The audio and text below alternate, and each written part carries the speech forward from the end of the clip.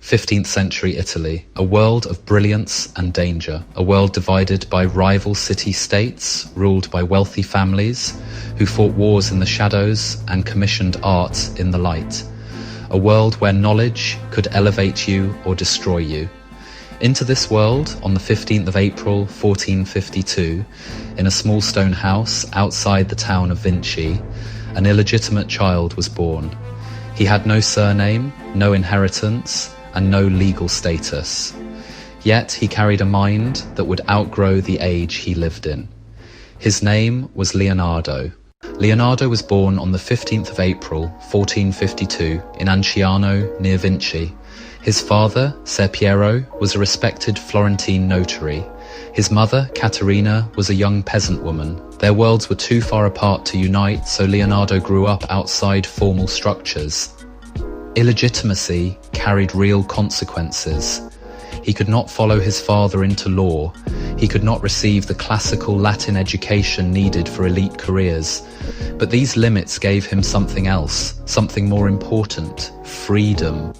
While other boys memorized Latin grammar, Leonardo roamed the countryside.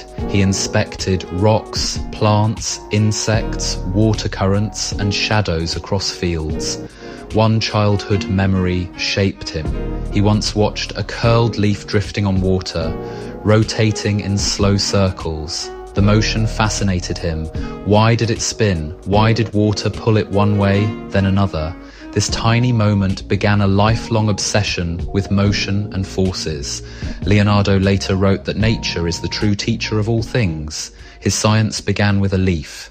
When Leonardo was 14, in the year 1466, his father brought him to Florence. The city was a furnace of talent. Artists, architects, engineers, and philosophers crowded its streets. Florence was not just a home of beauty, it was a battleground of ideas. Ser Piero placed his son with Andrea del Verrocchio, a master sculptor, goldsmith, engineer, and painter. Verrocchio's workshop was the perfect environment for Leonardo's restless mind. Apprentices worked on metalwork, sculpture, painting, festival machines and civic devices. It was a Renaissance research laboratory. Leonardo showed astonishing versatility. He learned perspective, optics, anatomy, hydraulics, geometry and mechanics. He did not specialize so much as synthesize. Where others focused on a single skill, he linked dozens together into a single method of inquiry: observe, sketch, test, and refine. Between the years 1472 and 1475, Verrocchio worked on the baptism of Christ. He entrusted the painting of one angel to his young apprentice. Leonardo painted the left-hand angel with subtle gradations and an unprecedented softness. The Renaissance biographer Giorgio Vasari, writing in the 1550s, claimed that Verrocchio was so dismayed by his student's superior brushwork that he resolved never to paint again. Historians treat this as an anecdote that captures the shift in the workshop. Whether literal or symbolic, the message is clear. In the year 1475, at about 23 years old, Leonardo had arrived. The workshop that trained masters had produced someone who would change the rules. Leonardo organized his life with surprising discipline. His notebooks reveal a philosophy of balance. He divided activity into practical categories: study, sketching, laboratory work, physical exercise, social observation, and rest. He believed creativity required structure across many domains. He wrote reminders to cultivate both body and mind. He cautioned against excessive indulgence in any single pursuit. This balanced approach was not sentimental, it was tactical. He treated his own life as an experiment to be optimized. While his peers painted with pigments, Leonardo filled pages with mechanical thought. From the 1470s and through the 1480s, he drafted wheel bearings, pulley trains, gear differentials, and pump designs. He sketched bridges that folded, cranes that balanced heavy loads, and devices to measure motion. His deepest obsession was flight. By the mid-1480s, he was recording detailed observations of bird flight, wing curvature, and the behavior of air. He wrote with mathematical curiosity about lift, drag, and turbulence. These notes read like nascent aerodynamics, ideas centuries ahead of their time. Among his early designs, sketched in the 1480s, was the ornithopter, a machine meant to fly by flapping wings, a wooden frame, leather membranes, and human-powered pedals and cranks. The design is beautiful on paper, but infeasible with human strength. It could not fly. Leonardo accepted failure as data. He extracted principles from each false start. Human muscle could not provide the necessary power, but the study produced insights into wing shapes, surface area, and control surfaces. He treated failure as a laboratory result rather than an endpoint. In the year 1504, Florence prepared one of the greatest artistic confrontations in history. The city commissioned murals for the Hall of 500. Leonardo, aged 52, was assigned the Battle of Anghiari. Michelangelo, only 29, received the Battle of Cassina. Their rivalry was more than personal. It represented two visions of genius: Leonardo, the man of curiosity and harmony; Michelangelo, the sculptor of muscular force and divine intensity. Florentines gathered to compare their early sketches. Many took sides. Some whispered that Michelangelo was the future, others insisted that Leonardo still held the crown. Leonardo's composition was a storm of twisting bodies, contorted horses, violence captured mid-motion with the precision of a scientist and the drama of a poet. But the mural itself never survived. Leonardo experimented with a new technique using heat and oils. The method failed. The pigments refused to set on the wall. It evaporated, a masterpiece lost to chemistry. Michelangelo mocked him openly in public, and yet even the fragments left behind would inspire artists for generations. Rubens later recreated it from surviving sketches. Leonardo's failure created a legend. In 1489, Leonardo recorded a new ambition in his notebooks: "I will spend the night in the mortuary to study the forms." Over the next 25 years, he dissected more than 30 human bodies at hospitals in Florence and Milan. This was dangerous work. Dissection carried suspicion, superstition, and accusations of witchcraft. But Leonardo saw only truth. He mapped muscles like ropes, bones like architectural beams, organs like hydraulic systems. In 1507, he performed one of the first recorded autopsies of a centenarian, studying the causes of death. He examined the heart, noting coronary calcification centuries before modern cardiology. His heart diagrams were so accurate that surgeons in the 20th century still use them to explain cardiac anatomy. He discovered the sinus of Valsalva. He observed fetal development and drew a baby in the womb with a tenderness no one had seen before. He attempted to describe the spine's function as a system of load distribution. All of it recorded in notebooks few people ever saw. Leonardo planned a 13-volume anatomy textbook. It would have transformed medicine, but the project was never completed. After his death in 1519, the manuscript was lost inside private collections for hundreds of years. Humanity waited nearly 4 centuries to rediscover what one man had already understood during the Renaissance. Between 1485 and 1518, Leonardo filled thousands of pages with inventions, not fanciful doodles, but functional machines. He designed flying machines with flapping wings based on the mechanics of birds he had studied since childhood. He sketched a helicopter-like device powered by human rotation.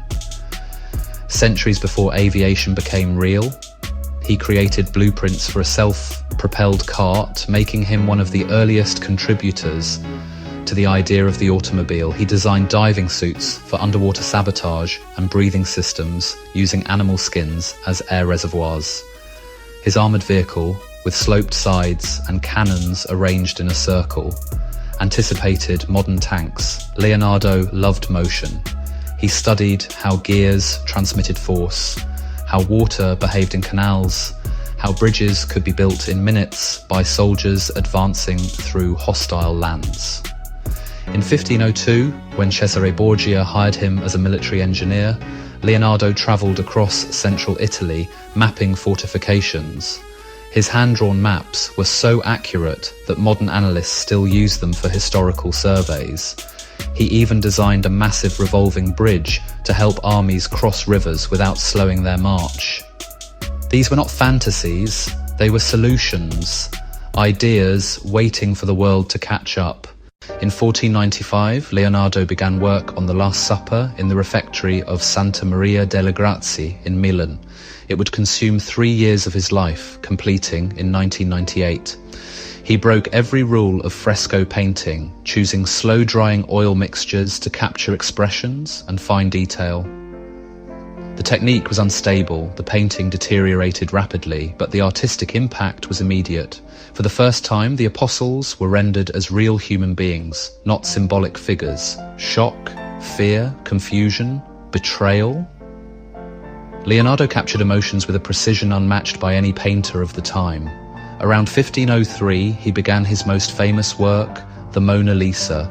Years of layering, polishing, and revising produced her enigmatic expression. The technique, known as sfumato, blurred edges so gently that modern artists still debate how he achieved it. Leonardo kept the painting with him for more than 16 years.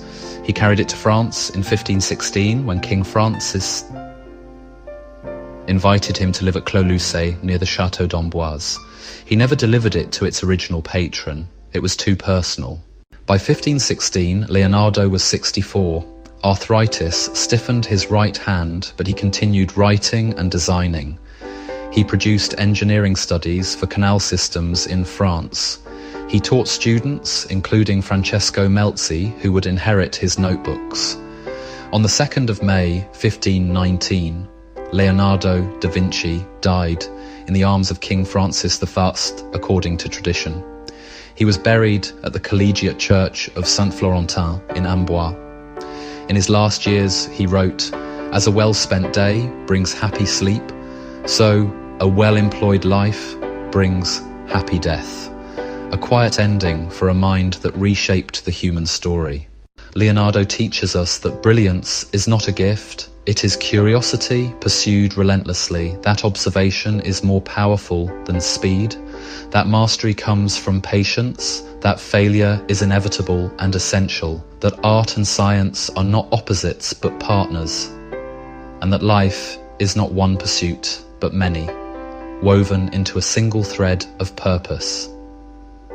Leonardo da Vinci lived 500 years ago, yet the world still bends around his ideas. If you felt inspired by this journey, please subscribe to Voices and Echoes. More stories of extraordinary human brilliance are coming soon. After Leonardo's death on the 2nd of May, 1519, his notebooks passed to his student Francesco Melzi. Melzi protected them for decades, but after his own death in 1570, the collection broke apart. Pages were sold, traded, stolen, or forgotten. Whole volumes vanished into private libraries. Some resurfaced centuries later, others remain lost. One manuscript, the Codex Leicester, disappeared for 200 years before being rediscovered in 1690.